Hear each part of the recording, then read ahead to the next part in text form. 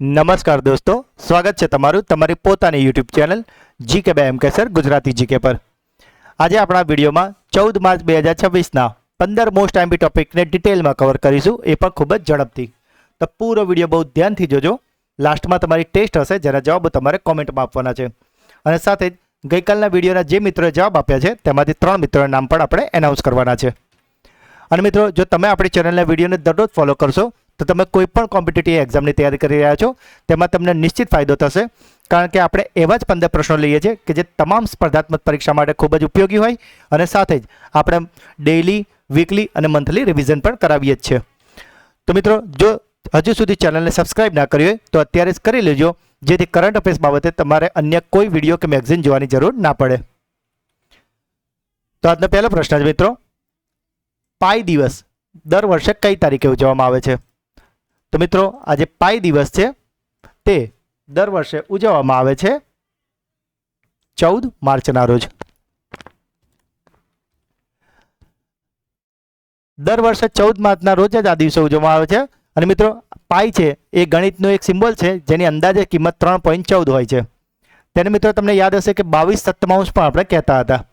3.14 એટલા માટે થાય છે કારણ કે 3 એટલે ત્રીજો મહિનો, માર્ચ મહિનો, અને 14 છે એટલે કે 14 તારીખ, કે જે દિવસે આપણે આ પાઈ દિવસ ઉજવીએ છીએ તેના પરથી જ આ અંક બનાવ્યો છે 3.14।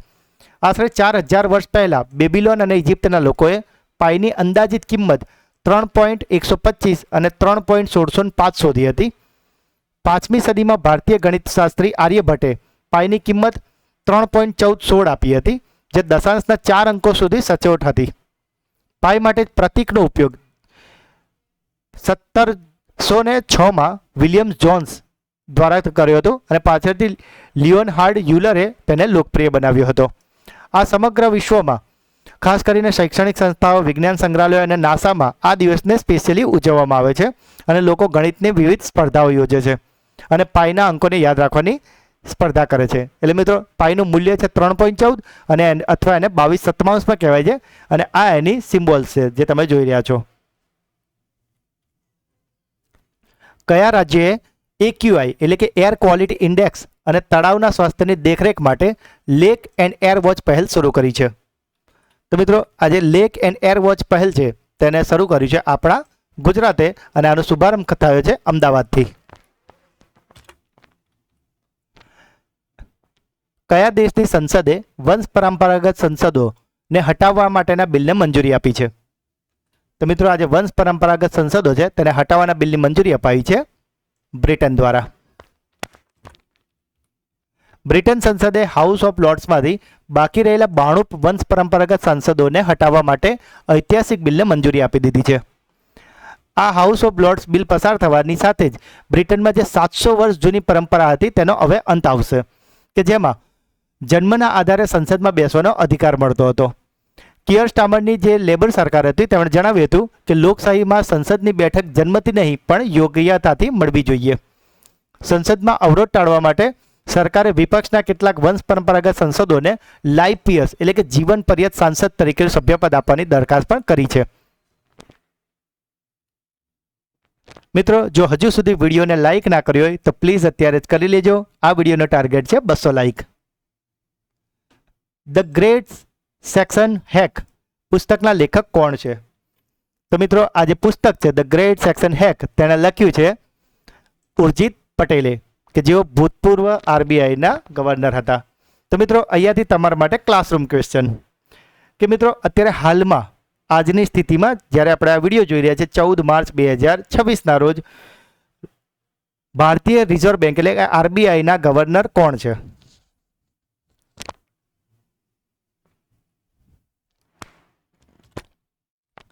વિશ્વની પ્રથમ એક્વસ એન્જિયોગ્રાફી સાથે મિનિમલી ઇન્વેસિવ ગ્લુકોમા સર્જરી ક્યાં કરવામાં આવી છે?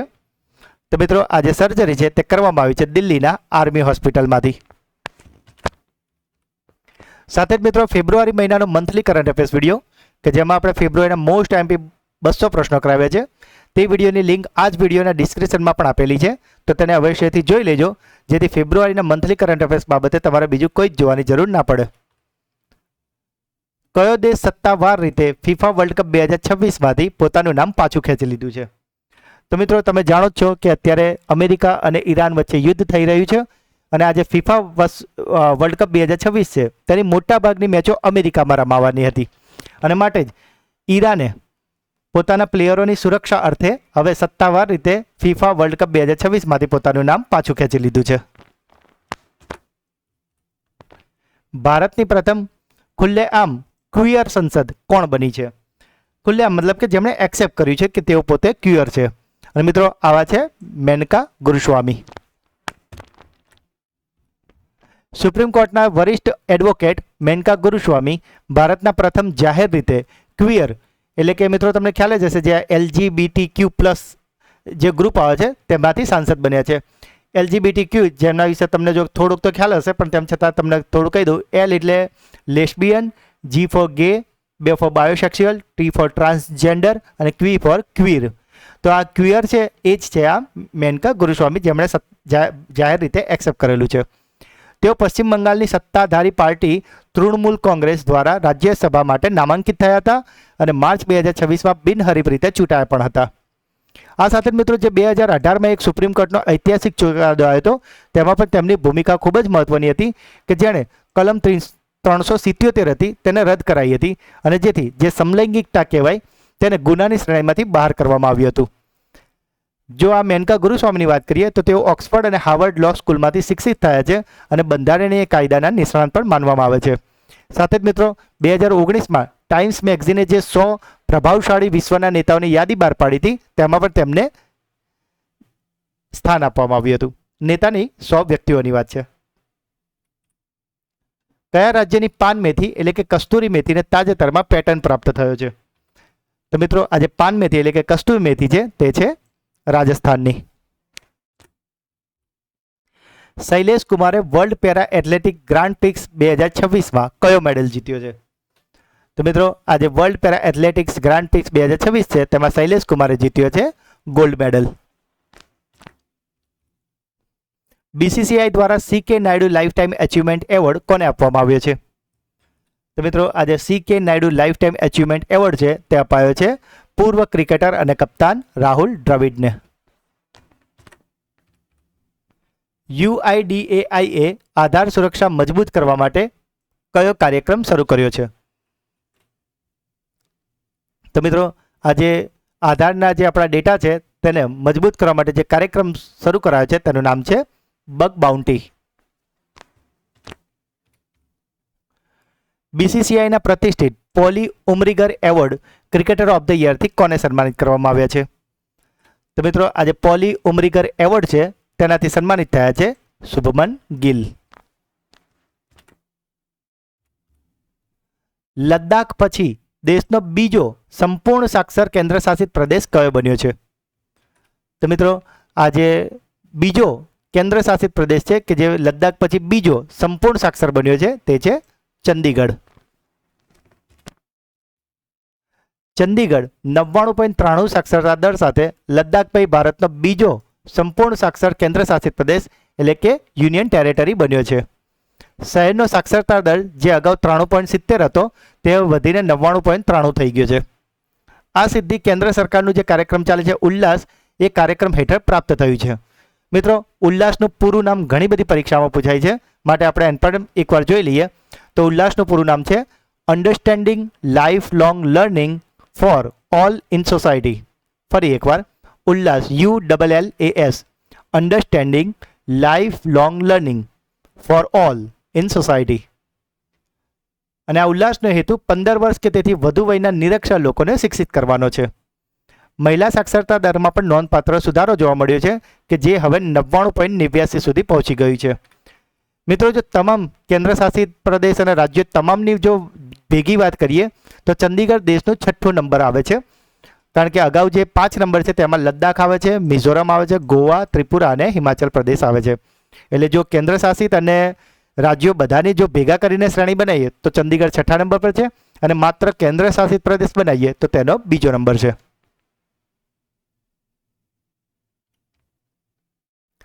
ઇન્ડિયન ઓર્કિડ ફેસ્ટિવલ 2026નું આયોજન ક્યાં કરવામાં આવ્યું છે? તો મિત્રો આજે ઇન્ડિયન ઓર્કિડ ફેસ્ટિવલ 2026 છે તેનું આયોજન કરાયું છે પેક્યોંગ સિક્કિમમાં. મિત્રો ગઈકાલે જ આપણે આને લઈને એક કરંટ અફેર્સ ક્લાસરૂમ ક્વેશ્ચન પૂછ્યો હતો અને જેમાં મોટાભાગના મિત્રોનો જવાબ સાચો આવ્યો છે. અને એ સવાલ હતો આપણો કે પાક્યોંગ એરપોર્ટનું નામ બદલીને શું કરવામાં આવ્યું છે. અને તમે જેટલા પણ મિત્રોએ જવાબ આપ્યો છે તે તમામ મિત્રોના જવાબ સાચા છે. અને જેમને નથી ખબર તો જે મિત્રોએ સાચો જવાબ આપ્યો તેમાંથી એક સાચો જવાબ મેં પિન કરેલો, તો અવશ્યથી ચેક કરી લેજો. સાથે જ મિત્રો છેલ્લા 4 મહિનાનું કરંટ અફેર્સ કે જેમાં આપણે નવેમ્બર મહિનાથી લઈને છેલ્લા 4 મહિનાના મોસ્ટ આઈએમપી 700 પ્રશ્નો કરાવ્યા છે. તે વિડીયોની લિંક પણ આ જ વિડીયોના નીચે ડિસ્ક્રિપ્શનમાં તમને મળી જશે, તો તેને પણ અવશ્યથી જોઈ લેજો, જેથી છેલ્લા 4 મહિનાના કરંટ અફેર્સ બાબતે તમારે કોઈ મેગઝીન કે એવું કંઈ વાંચવાની જરૂર ના પડે. અને મોસ્ટ આઈએમપી 700 પ્રશ્નો જ છે કે જે તમારી તમામ સ્પર્ધાત્મક પરીક્ષામાં ખૂબ જ કામ આવશે. ચીનને પાછળ છોડીને અમેરિકામાં કોટન પ્રોડક્ટનો સૌથી મોટો નિકાસકાર દેશ કયો બન્યો છે? તો મિત્રો આજે ચીન છે તેને પાછળ છોડીને હવે કોટન પ્રોડક્ટનો નિકાસકાર દેશ બની ગયો છે આપણો દેશ ભારત. તો મિત્રો આ હતા આજના 15 પ્રશ્નો. આઈ હોપ કે તમને દરેક પ્રશ્નો ક્લિયર થઈ ગયા હશે અને મજા આવી હશે. તો હવે સમય છે તમારા સુપર ફાસ્ટ ફ્લેશ રિવિઝનનો કે જેમાં જે ગઈકાલના 15 પ્રશ્નો હતા તેનું ફટાફટથી એક રિવિઝન કરી લઈએ. સુપ્રીમ કોર્ટે કયા કેસમાં પ્રથમ વખત ઈચ્છા મૃત્યુને મંજૂરી આપી છે? તો મિત્રો આજે ઈચ્છા મૃત્યુ છે તેને મંજૂરી અપાઈ છે હરીશ રાણા કેસમાં. કયા દેશે ઈરાનની મહિલા ફૂટબોલ ખેલાડીઓને માનવીય વિઝા આપ્યા છે? તો મિત્રો આ માનવીય વિઝા અપાયા છે ઓસ્ટ્રેલિયા દ્વારા. માદા ચીતા જેનું નામ છે જ્વાલા તેના દ્વારા કુનો નેશનલ પાર્કમાં 5 નવા બચ્ચાને જન્મ આપ્યા પછી ભારતમાં ચીતાઓની કુલ સંખ્યા કેટલી થઈ ગઈ છે? તો મિત્રો આ સંખ્યા થઈ છે 53. કેન્દ્ર સરકારે કુદરતી ગેસનો પુરવઠો જાળવી રાખવા માટે કયો કાયદો લાગુ કર્યો છે? તો મિત્રો આજે કુદરતી ગેસનો પુરવઠો જાળવી રાખવા માટે કેન્દ્રએ લાગુ કર્યો છે આવશ્યક વસ્તુ અધિનિયમ 1955. નવીનતમ આઈસીસી મહિલા ઓડીઆઈ બેટિંગ રેન્કિંગમાં પ્રથમ સ્થાન કોણે મેળવ્યું છે? તો મિત્રો પ્રથમ સ્થાન મળ્યું છે સ્મૃતિ મંધાનાને. કયો દેશ ભારત પાસેથી બ્રહ્મોસ સુપર મિસાઇલ ખરીદશે? તો મિત્રો આજે બ્રહ્મોસ સુપરસોનિક ક્રૂઝ મિસાઇલ છે તે ખરીદવાનું છે ઇન્ડોનેશિયા. કેન્દ્ર સરકારે જલ જીવન મિશન ક્યાં સુધી લંબાવ્યું છે? તો મિત્રો આ મિશનને હવે લંબાવ્યું છે ડિસેમ્બર 2028 સુધી. વર્ષો પછી એશિયા કપ આર્ચરી 2027ના બીજા તબક્કાનું યજમાની કયું શહેર કરવાનું છે? તો મિત્રો આ થવાનું છે આપણા ભારતના દિલ્હી ખાતે. ઇન્ડિગો એરલાઇન્સમાં સીઈઓ તરીકે કોણે કાર્યભાર સંભાળ્યો છે? તો મિત્રો આ સીઈઓ બની ગયા છે રાહુલ ભાટિયા. યુરેશિયન માર્કેટ સુધી પહોંચવા માટે ભારતે કયા દેશ સાથે મળીને ફાર્મા ન્યુટ્રાસ્યુટિકલ કોરિડોર લોન્ચ કર્યો છે? તો મિત્રો ભારતે આ કોરિડોર લોન્ચ કર્યો છે ઉઝબેકિસ્તાન સાથે મળીને. સ્વિગી એક કઈ બેંક સાથે મળીને 48,000 સુધીની બચતવાળા ક્રેડિટ કાર્ડ લોન્ચ કર્યો છે? તો મિત્રો આ સ્વિગીએ જે 48,000 સુધીનું ક્રેડિટ કાર્ડ છે તે લોન્ચ કર્યું છે HDFC બેંક સાથે મળીને. તો મિત્રો અહીંથી તમારા માટે બીજો ક્લાસરૂમ ક્વેશ્ચન છે. તો મિત્રો તમને ખ્યાલ જ છે કે સ્વિગી, ઝોમેટો આ બધી જે ફૂડ ડિલિવરી કંપનીઓ છે, તો તમને એ સવાલ છે કે અત્યારે ઝોમેટોનું નામ બદલાઈ ગયું છે, તો ઝોમેટોનું જે પેરેન્ટ કંપની છે તેનું નામ શું છે? તો તમારે તે મને કોમેન્ટમાં જણાવો છે. અને સાથે બીજો પણ પ્રશ્ન છે ઝોમેટોને પૂછી લઈએ છે. તો ઝોમેટોના બ્રાન્ડ એમ્બેસેડર હાલમાં કોને બનાવ્યા છે? બોલિવૂડના એક અભિનેતા છે, બરાબર. તો તમારે ઝોમેટોનું જે નવું નામ છે, પેટર્ન કંપનીનું જે નામ બનાવી દીધું છે એ તમારે લખવાનું છે અને તેના બ્રાન્ડ એમ્બેસેડરનું નામ લખવાનું છે. તો આજના તમારા 3 ક્લાસરૂમ ક્વેશ્ચન અહીંયા થઈ જાય છે. યુએસ પ્રેસિડેન્ટ ડોનાલ્ડ ટ્રમ્પે અમેરિકામાં મોટી ઓઇલ રિફાઇનરી બનાવવા માટે કઈ ભારતીય કંપની સાથે $40 બિલિયન ભાગીદારી કરી છે? મિત્રો આ ભાગીદારી થઈ છે રિલાયન્સ સાથે. ધર્મ પરિવર્તન પર રોક લગાવવા માટે કઈ સરકારે ધર્મની આઝાદી બિલ 2026ને મંજૂરી આપી છે? તો મિત્રો આ ધર્મની આઝાદી બિલ છે એ પસાર થઈ છે છત્તીસગઢમાંથી. તાજેતરમાં ઇન્ડિયા વીક 2026ની શરૂઆત ક્યાં થઈ છે? તો મિત્રો ઇન્ડિયા વીક 2026ની શરૂઆત થઈ છે શ્રીલંકાના કોલંબોમાંથી. કેન્દ્રીય મંત્રીમંડળે કયા એરપોર્ટને આંતરરાષ્ટ્રીય એરપોર્ટ તરીકે મંજૂરી આપી છે? તો મિત્રો આ મંજૂરી અપાઈ છે તમિલનાડુના મદુરાઈ એરપોર્ટને. તો મિત્રો આ હતા ગઈકાલના 15 પ્રશ્નો કે જેનો અત્યારે તો આપણે ખૂબ જ ફટાફટ રિવિઝન કર્યું છે, પણ ગઈકાલના વિડીયોમાં આપણે આને ખૂબ જ ડિટેલમાં અને ખૂબ સારી રીતે કવર કર્યા છે. તો જો હજુ સુધી તમે અત્યારે વિડીયો જોવાનું જો બાકી રહી ગયો હોય તો એની લિંક પણ આ જ વિડીયોના ડિસ્ક્રિપ્શનમાં તમને મળી જશે, તો તેને અવશ્યથી જોઈ લેજો. મિત્રો હવે સમય છે તમારી બ્રેઇન બૂસ્ટર ટેસ્ટમાં કે જેમાં તમને 3 પ્રશ્નો પૂછવામાં આવશે જેના જવાબો તમારે કોમેન્ટમાં આપવાના છે. પરંતુ એ પહેલાં ગઈકાલના વિડીયોના જે મિત્રોએ જવાબ આપ્યા છે તેમાંથી 3 મિત્રોના નામ આપણે અત્યારે એનાઉન્સ કરીએ છીએ. તો મિત્રો એ ગઈકાલના જે 3 મિત્રો છે કે જેમના નામ અત્યારે એનાઉન્સ થઈ રહ્યા છે તે મિત્રો છે સ્નેહા સોની, પ્રિતેશ પટેલ, દિનેશ પ્રજાપતિ. તો આ 3 મિત્રોને ખૂબ ખૂબ અભિનંદન કે જેઓ દરરોજ આપણી ચેનલના વિડીયોને જુએ તો છે જ, સાથે સાથે બ્રેઇન બૂસ્ટર ક્વિઝ અને ક્લાસરૂમ ક્વેશ્ચન અને દરેક ક્વેશ્ચનોના જવાબ અને વિડીયોના ફીડબેક કોમેન્ટમાં અવશ્યથી આપે છે. તો મિત્રો જો તમે પણ ચેનલ પર પહેલી વાર આવ્યા હોય તો તમને પણ રિક્વેસ્ટ છે કે બ્રેઇન બૂસ્ટર ક્વિઝના જવાબ જરૂરથી આપજો. બની શકે કે આવતીકાલના વિડીયોમાં તમારું નામ પણ એનાઉન્સ થઈ જાય. કયા દેશની સંસદે વંશ પરંપરાગત સંશોધનને હટાવવા બિલને મંજૂરી આપી છે? કયા દેશે સત્તાવાર રીતે ફીફા વર્લ્ડ કપ 2026માંથી પોતાનું નામ પાછું ખેંચી લીધું છે? બીસીસીઆઈના પ્રતિષ્ઠિત Polly Umrigar award cricketer of the યરથી કોને સન્માનિત કરવામાં આવ્યા છે? તો મિત્રો 3 પ્રશ્નોના જવાબ તમારે કોમેન્ટમાં આપવાના છે. અને જો મિત્રો તમે આપણી ચેનલના વિડીયોને દરરોજ ફોલો કરશો તો કરંટ અફેર્સ બાબતે તમે બીજું કશું જ જોવું નહીં પડે. અને જે આગામી પરીક્ષાઓ આવવાની છે હવે જીપીએસસી ક્લાસ 1, 2 અને અન્ય પરીક્ષાઓ, તેમાં કરંટ અફેર્સ છે એક ગેમ ચેન્જર સાબિત થવાનો છે. અને માટે જ મિત્રો લાસ્ટ મોમેન્ટ પર મેગઝીન વાંચવા કરતાં બેટર છે કે રોજના આવો 15-20 મિનિટનો જે વિડીયો છે એ ડેઇલી જોવાની એક આદત પાડો, જેથી કરંટ અફેર્સના સેશનમાં તમારું સ્કોરિંગ 100% રહે. તો મિત્રો જો આજનો વિડીયો તમને ગમ્યો હોય તો લાઇક કરજો. આ વિડીયોનો ટાર્ગેટ છે 200 લાઇકનો. જે પણ પ્રશ્નો પૂછવામાં આવે છે અને જે પણ તમારો ડાઉટ છે, અને ખાસ વિડીયો તમને કેવો લાગ્યો એ કોમેન્ટમાં જરૂરથી જણાવજો. વિડીયોને વધારેમાં વધારે તમારા વોટ્સઅપ અને ટેલિગ્રામના એટલીસ્ટ 5 ગ્રુપોમાં શેર અવશ્યથી કરજો.